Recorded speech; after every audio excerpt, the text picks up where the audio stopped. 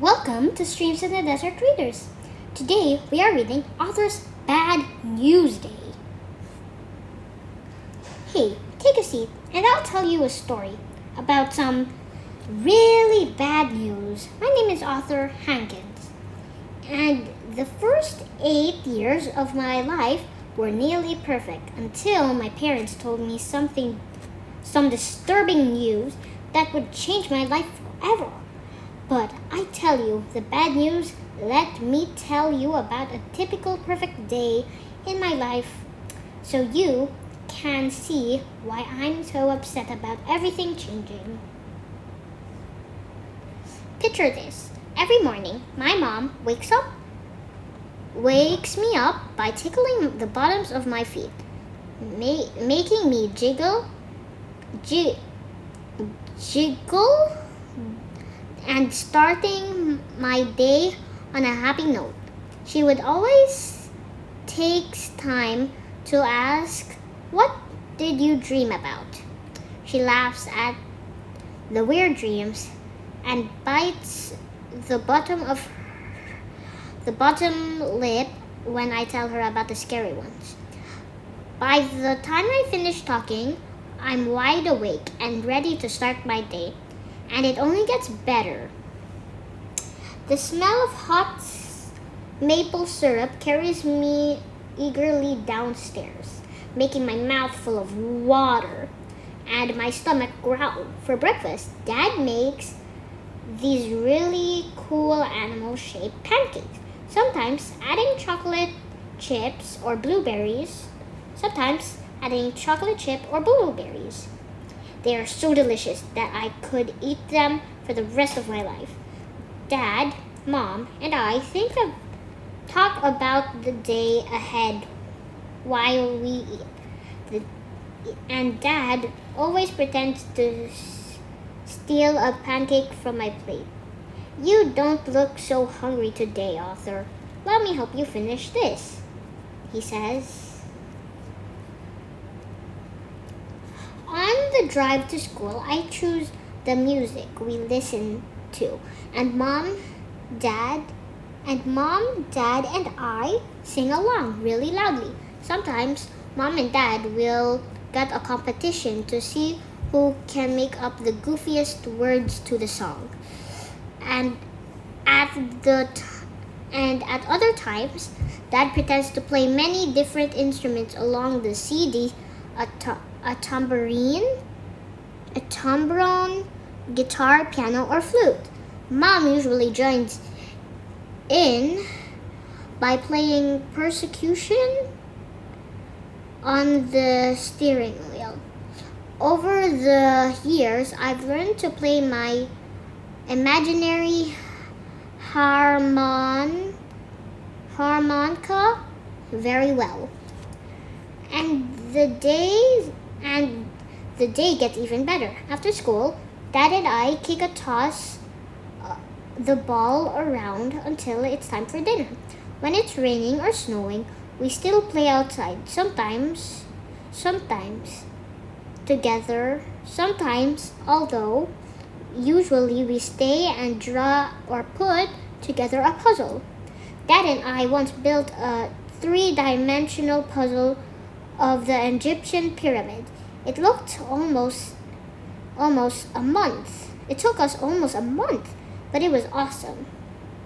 I usually help Mom and Dad make dinner, and twice a week I get to choose what we make, such as spaghetti or homemade pizza with extra cheese. Then we eat and tell stories about our day. I never realized how interesting my day was until I'm telling Mom and Dad about it. I'm a famous Galeotus, telling them about the rocks I found during recess, or I'm a word round artist describing my use of color in art class. After dinner, Mom never forgets about my favorite dessert, a giant a giant chocolate chip cookie with milk, which I drink from a special glass I got when we visited a theme park. It reminds me of the best vacation ever. After I finish my homework, we play board games. We play board games, watch a movie, or do whatever I feel like until it's time for bedtime. Like until it's time for bed. I usually read myself to sleep, although sometimes mom and dad snuggle up with me to read which to me, which always makes me have good dreams that I can tell mom about the next morning. Well, it's about time I tell you the bad news. It's horrible. My perfect life would never be the same. Take my word for it. You don't ever want this happening to you. Okay, here it goes.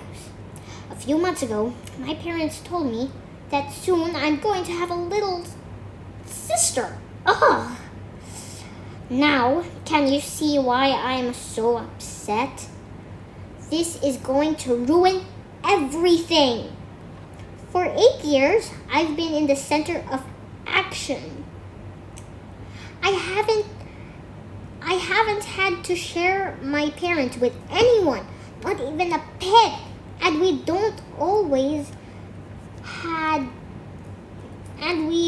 always had so much fun together. I don't understand why they want to change things. One more person will make our house too crowded, and I know I am not going to like it.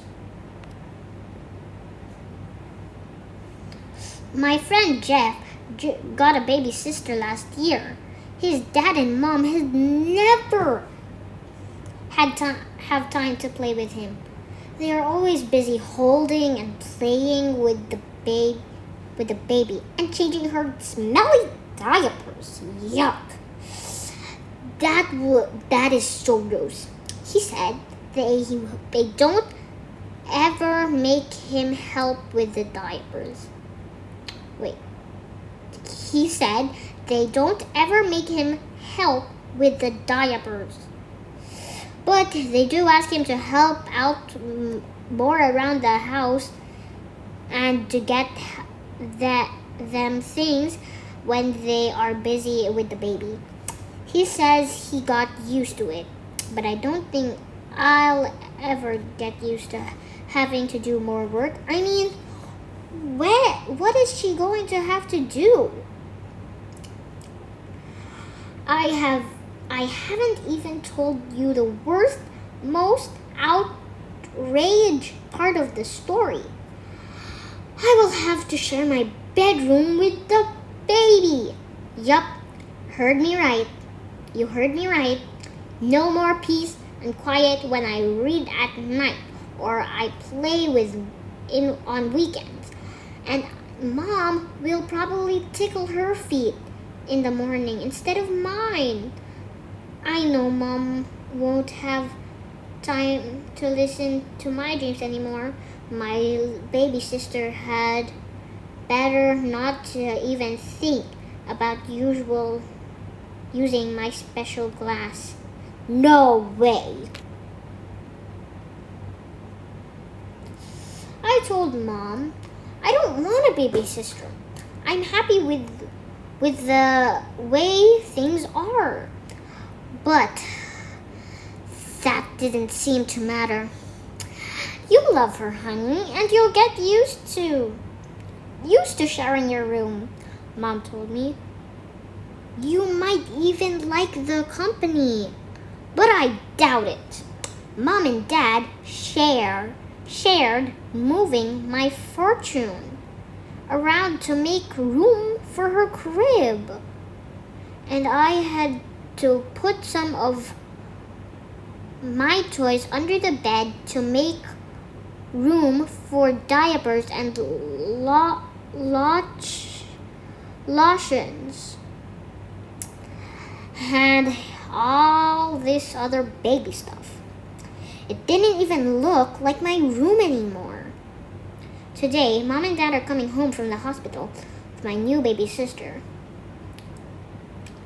And I've decided to tell them that they should just take her back.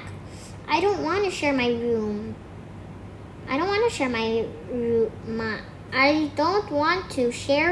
mom and dad to say nothing of sharing my room.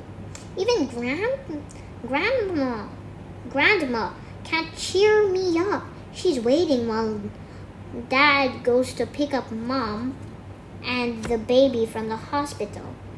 I had cold cereal for breakfast this morning, and when Dad rushed out, he didn't even say goodbye. I guess having a baby sister makes me invisible. Well, here they are. Dad is carrying a bundle of pink blankets. Is that a baby inside? Could she be so tiny? Mom is right behind Dad. She looks tired, but she won't stop smiling. Like the time she got up really early on my birthday to put my bike together my bike as a surprise. Okay, now Grandma is rushing outside. She hugs Mom and then pokes her head inside the tiny blankets. Oh, she's beautiful, Grandma tells Dad. I am not going out there. I am going to sit right here. The baby's getting enough attention without getting mine too. Suddenly, Mom is hugging me tight and kisses the top of my head. And before I knew it, Dad is putting the baby in my lap. And then the most amazing thing happened. My baby sister reached out and grabs my finger, and she won't let go. I think she realizes that I'm her big brother, and she already likes me. Hey, maybe having a little sister won't be so bad. She is kind of cute. I guess we can keep her. Besides, I'm beginning to realize that Mom and Dad have enough love to share with both me and my sister. Thank you for reading with us, Dreams in the Desert readers. If you have a baby brother and sister, please comment down below.